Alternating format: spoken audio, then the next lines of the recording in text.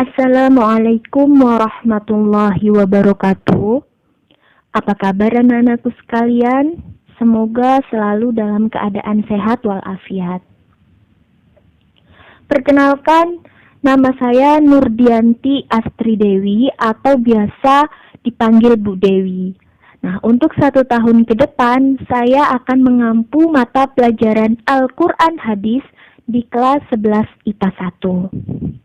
Baik anak-anakku, sebelum kita memulai pembelajaran, mari kita awali dulu dengan membaca basmalah bersama-sama. Bismillahirrahmanirrahim. Anak-anakku sekalian, untuk bab pertama pada mata pelajaran Al-Quran Hadis, kita akan membahas mengenai hakikat penciptaan manusia. Adapun tujuan pembelajaran dari hakikat penciptaan manusia ini adalah yang pertama, peserta didik dapat menganalisis Quran Surat Al-Mu'minun ayat 12 sampai 14, Quran Surat An-Nahl ayat 78, Quran Surat Al-Baqarah ayat 30 sampai 32, dan Quran Surat Az-Zariyat ayat 56, serta hadis riwayat Muslim tentang penciptaan manusia. Kedua, peserta didik dapat menyebutkan makna mufradat Quran Surat Al-Mu'minun ayat 12 sampai 14, Quran Surat An-Nahl ayat 78, Quran Surat Al-Baqarah ayat 30 sampai 32, dan Quran Surat Az-Zariyat ayat 56, serta hadis riwayat Muslim tentang penciptaan manusia. Ketiga, peserta didik dapat menganalisis kandungan Quran Surat Al-Mu'minun ayat 12 sampai 14, Quran Surat An-Nahl ayat 78, Quran Surat Al-Baqarah ayat 30 sampai 32, dan Quran Surat Az-Zariyat ayat 56, serta hadis riwayat Muslim tentang penciptaan manusia. Dan yang terakhir yaitu, peserta didik dapat menunjukkan perilaku orang yang memahami kandungan ayat dan hadis tentang hakikat penciptaan manusia. Nah, anak-anakku, coba kalian amati gambar berikut ini. Kira-kira ini gambar apa ya? Nah, ini merupakan gambar seorang janin yang masih ada di dalam rahim atau di dalam kandungan seorang ibu. Kita akan membahas hakikat penciptaan manusia yang di dalam agama Islam sudah dituliskan di dalam beberapa ayat Al-Quran. Manusia adalah makhluk Allah Subhanahu wa Ta'ala yang paling sempurna, baik dilihat dari bentuk fisik ataupun potensinya. Tidak ada yang bisa menandingi manusia. Oleh karenanya, manusia berpotensi menjadi makhluk Allah Subhanahu wa Ta'ala yang paling mulia di alam semesta ini. Bukan semata dilihat dari aspek penampilannya, namun juga dari hakikat penciptaannya. Dari mulai proses kehadirannya hingga proses ketiadaannya. Berbeda dengan makhluk Allah yang lainnya. Apa kira-kira yang membedakan? Ya, manusia diberikan Allah akal dan pikiran. Karena apa? Karena manusia diciptakan di muka bumi ini memiliki misi yang sangat agung. Apa misi tersebut? Ya, misi agung tersebut adalah Khalifatullah fil ard, menjadi wakil Allah di muka bumi. Apa tugasnya? Ya, tugas seorang manusia menjadi khalifah di muka bumi adalah menjaga alam semesta dengan sebaik-baiknya. Seperti Allah yang sudah menciptakan manusia dalam bentuk yang sebaik-baiknya dibandingkan dengan makhluk Allah yang lainnya. Ditinjau dari segi proses penciptaan, manusia telah melalui serangkaian proses yang sangat unik dan menakjubkan, jauh melebihi makhluk Allah Subhanahu wa Ta'ala yang lainnya. Hal ini sekaligus menunjukkan bahwa Allah Subhanahu wa Ta'ala adalah zat yang maha besar dan maha kuasa. Allah Subhanahu wa Ta'ala adalah zat maha pencipta, tidak ada yang dapat menandingi hasil penciptaannya. Jika robot bisa diciptakan oleh manusia, tetapi seorang manusia tidak akan pernah bisa diciptakan oleh manusia itu sendiri. Yang bisa menciptakan manusia itu sendiri adalah Allah Subhanahu wa Ta'ala. Dari berbentuk air, kemudian menjadi segumpal darah, menjadi daging, hingga terlahir dengan bentuk yang sebaik-baiknya. Baik anak-anakku, Quran yang pertama yang membahas mengenai penciptaan manusia tertulis dalam Quran surat Al-Mu'minun ayat 12-14 yang berbunyi, A'udzu billahi minasyaitonir rajim. Bismillahirrahmanirrahim. Walaqad khalaqnal insana min sulalatin min tin.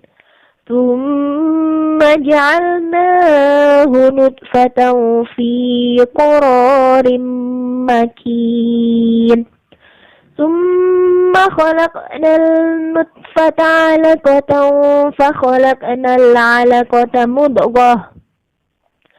فخلقنا العلقة مضغة فخلقنا المضغة عظاما فكسونا العظام لحما ثم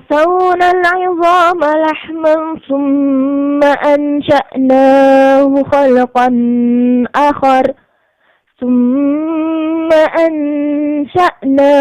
خلقا آخر فتبارك الله أحسن الخالقين.